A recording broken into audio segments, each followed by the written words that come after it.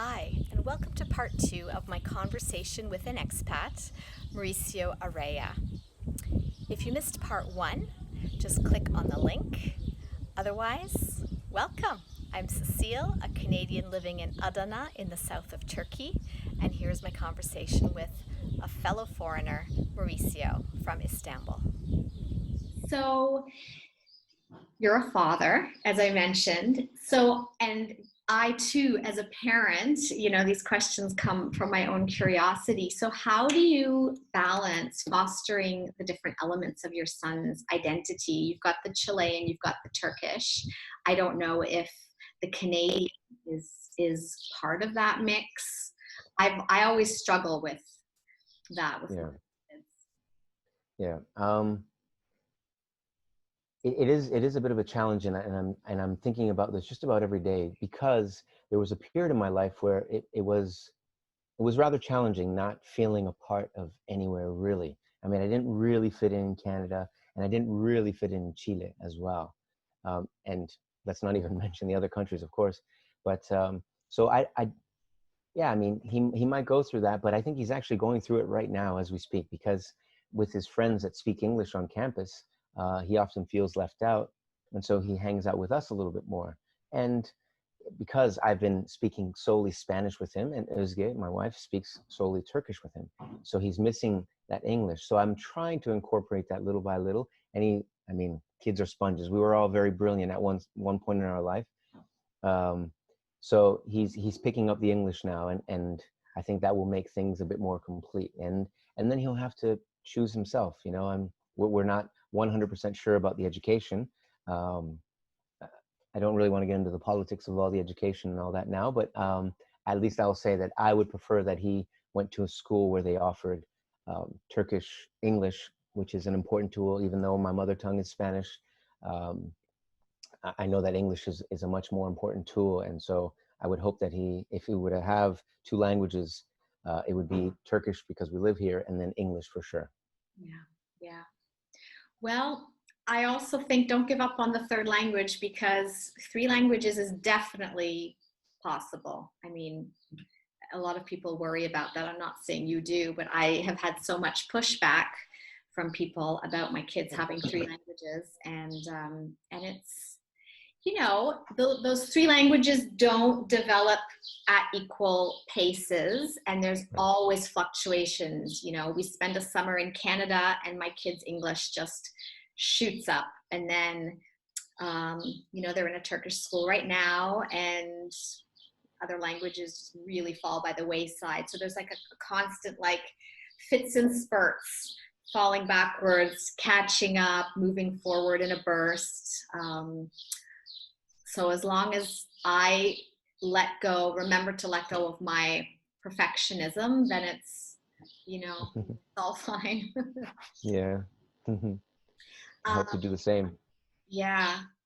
So, I mean, just to continue then on that question, like I know you guys are holidaying in Turkey, in country this year. I know you've traveled with your son to Chile.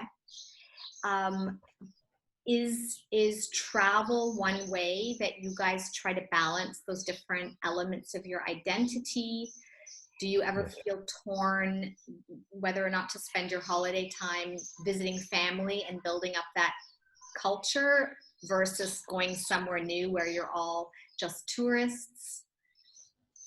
Um, yes to all of that. We try to balance it all.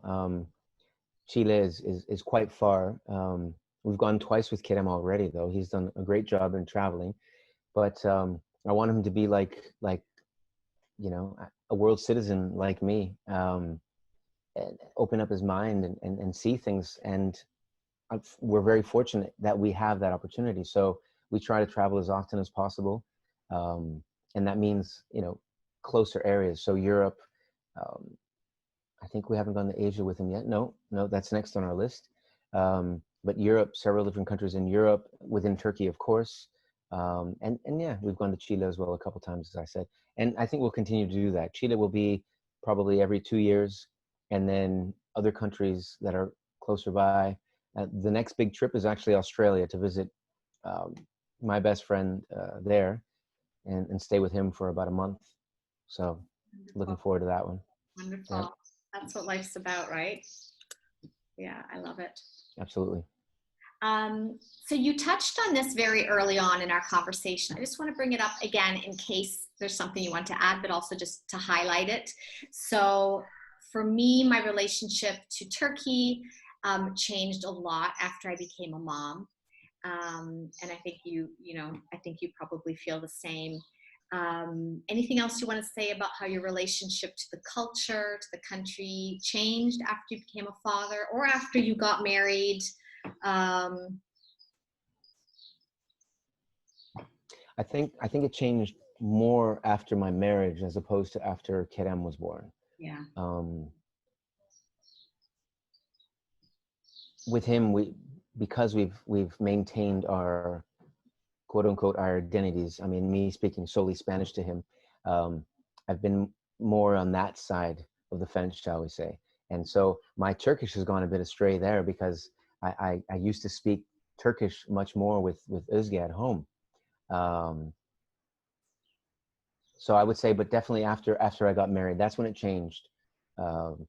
Going out a lot more with her, meeting her friends and her family, etc., and traveling to the different places that she had been to before, and using my Turkish a lot more. So I was much more, shall we say, ingrained in the Turkish culture then, and a lot less. I wouldn't say a lot less, but definitely less now after Kerem was born.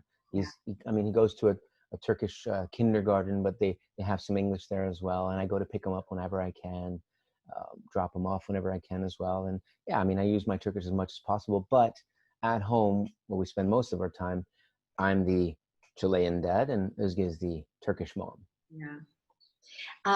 Do you have other Spanish speakers, whether from Chile, from Spain, elsewhere in your circle in Istanbul?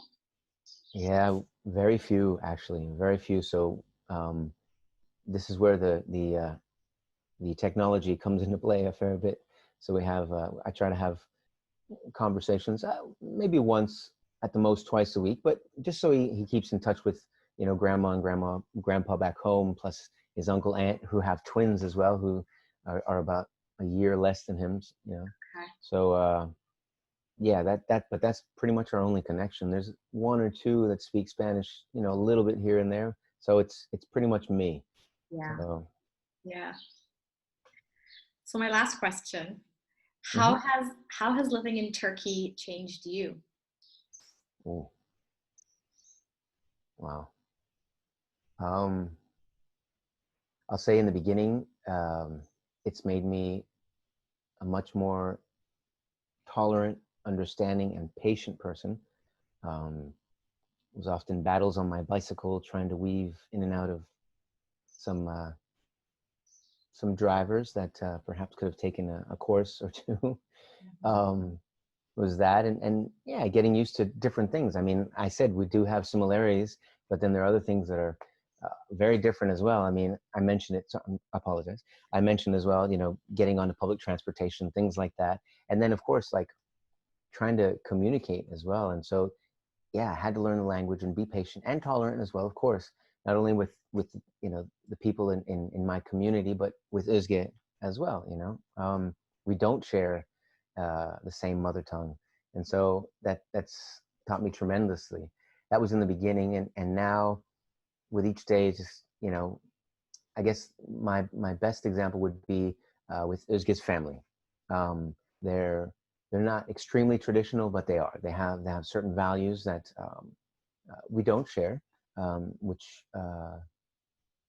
are part of their culture. I don't want to say the entire Turkish culture, but their culture. That's how they were brought up. I don't share those values. So, the patience and the tolerance and the understanding come into play there as well. And just, well, I mean, I got married here. I became a father here. That has changed me tremendously. I feel like, first of all, I hope I'm a better person, not only to her, but to my son, but to myself as well. I feel like, I don't know, I feel somehow like I'm fitting in a lot more here than I did in other places. And this is maybe just my heart speaking right now. Yeah, yeah. It's hard sometimes to know as well. Like the lines get blurred between how much does the place you're living in change you, and then there's just also it's the effect of time and age. Hopefully we're all becoming wiser as we grow older, and Mm. so presumably there would be some personal evolution happening were we living elsewhere too, right? Had we never left home, Right. hopefully we wouldn't be frozen in time, staying exactly the same. Yeah. Well, I mean, how would things be in your life if you had stayed in Canada? Yeah. And if I had stayed in Chile or any of the other countries that we've lived in, right? I'm pretty sure our lives would be much different. Oh, yeah, absolutely. Absolutely. Yeah. Yeah. Right? All right. Well, thank you so much. I mean, A it's pleasure. been such a pleasure. It's always nice to talk to you. And Likewise. I Likewise. hope we can talk face to face soon with you and Özge as well. And yeah, thank you so much. Where can people reach you if they want to see more of your smiling face or contact you? I'm not huge into social media, but I do have a Facebook page that I check every now and again. I guess, yeah, you could start there, Mauricio Araya, and I think it's under my Hotmail account. So Mauricio_Araya@hotmail.com. Okay, I think I'm under Mauricio Araya and then G on Facebook now that I think of it. So that would probably be the best way to reach me initially. great. And people can also always leave a comment on this video, and um, I'll pass anything on to you that is Great. relevant. Thank you very much. Thank you so much. Great Of to course, see you, anytime. and Likewise. enjoy your summer. Thank you so much. You too. My Bye. love to the family. Ciao. So thank you for joining me today as I spoke with Mauricio about redefining home for yourself when you live abroad. Coming up, I'm going to be speaking with other foreigners living abroad about parenthood, starting your own business, entrepreneurship, doing a gap year, and also repatriation. So if you're interested in those, subscribe to this channel and you'll be the first to know when those videos come out. In the meantime, if you found my conversation with Mauricio helpful, please give this video the thumbs up. That would be really helpful. If you are a foreigner living abroad, let me know whether you consider the place you currently are as home, or do you live in one place and consider home to be somewhere else? So leave me a message in the comments, and I look forward to hearing from you. Bye for now.